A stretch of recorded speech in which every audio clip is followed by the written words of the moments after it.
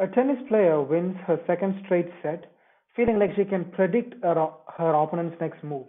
A musician works to master a chord's progression, unfazed by mistakes as he repeatedly plays the same for hours. A scientist fails to notice her morning alarm blare from the next room, having analyzed the data through the night. While each of these people are immersed in different activity, which requires separate skills and knowledge, all three are experiencing which is known as the flow, a unique mental state of effortless management. And while you may not be a scientist or professional athlete, anyone can find their flow. And that's a good thing, as those who more frequently experience flow report high levels of positive emotions, creativity, and feelings of accomplishment. Further, research has linked it to increased productivity, enhanced learning, and academic achievement. But what exactly is this flow, and how can we find it in our daily life? Well, flow is more than just concentrating or paying attention. Psychologists so far as to define flow, like they define it as an altered state of consciousness with several defining features. First, those in flow tend to feel so effortlessly engaged in a task that time seems to fly. They are not easily distracted.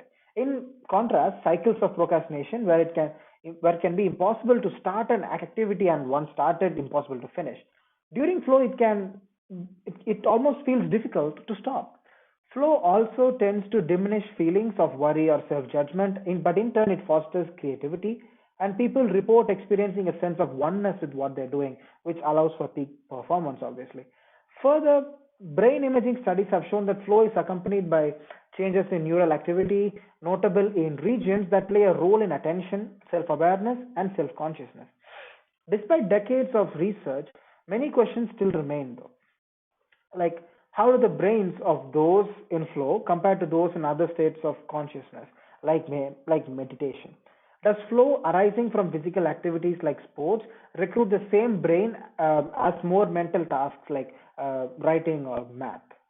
So, and scientists are still working to understand why certain activities are more likely to elicit flow than others. So, while we don't know all these stuff, but there are several theories. For example, people more often report finding flow when doing things they find intrinsically motivating, meaning activities they find purpose, meaning, or enjoyment.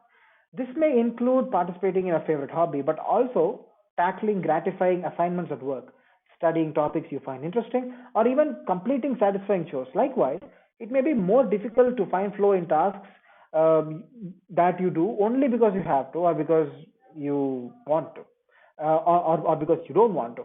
Other research suggests balancing personal skill level with the activity's challenge is key for finding flow. In other words, if a task is too easy, you may get distracted or feel bored. If it's too challenging, you may get discouraged.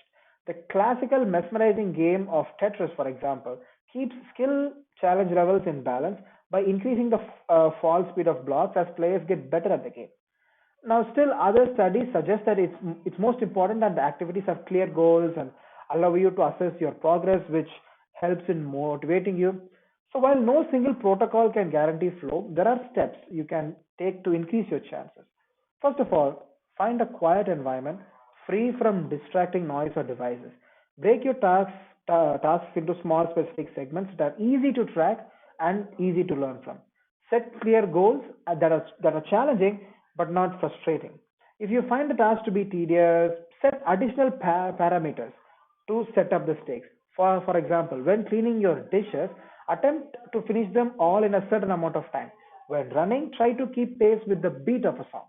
So, most importantly, and perhaps most frustratingly, don't focus too much on reaching flow.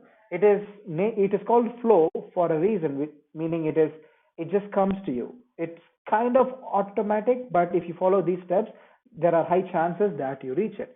The sort of distraction of focusing on getting the flow might just prevent you in the end from finding it.